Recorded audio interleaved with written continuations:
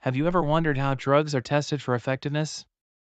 Let's explore the drug release rate and penetration tests.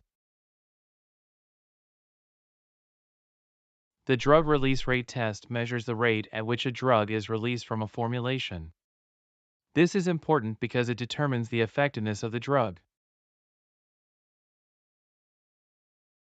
There are three different specific methods for this test. One is the vertical diffusion cell apparatus, others are the flow-through cell method, and immersion cell apparatus. Each method has its advantages and disadvantages. Vertical diffusion cell apparatus. This method involves using a vertical diffusion cell apparatus, which allows for the measurement of the rate of drug diffusion through a membrane. Another is the flow-through cell method, which passes a fluid through a cell that contains the drug formulation. The rate of drug release into the fluid can then be measured over time. Immersion cell apparatus. The immersion cell apparatus method involves immersing a drug formulation in a fluid within a cell.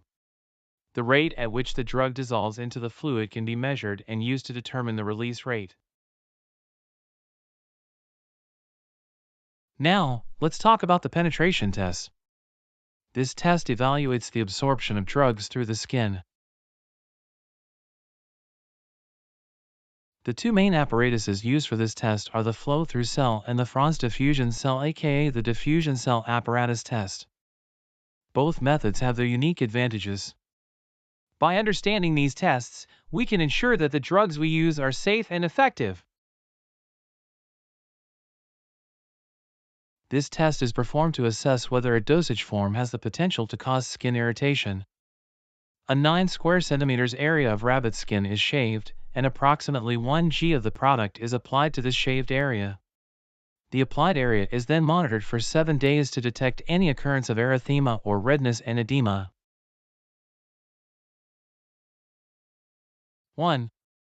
There must be no signs of visible irritation like redness or swelling over the observation period. 2. If any reaction occurs, it should be mild and temporary. Severe or prolonged reactions usually indicate the product could cause skin irritation in humans. 3.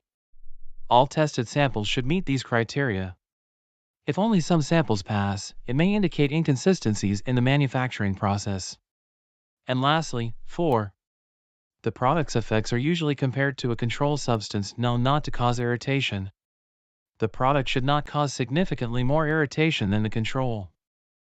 By understanding these tests, we can ensure that the drugs we use are safe and effective.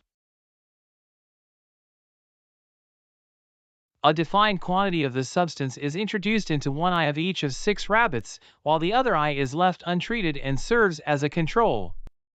The eyes are inspected at 24, 48, and 72 hours for any ocular reactions. The test is deemed positive if signs such as ulceration, inflammation of the iris, or swelling of the conjunctiva are observed.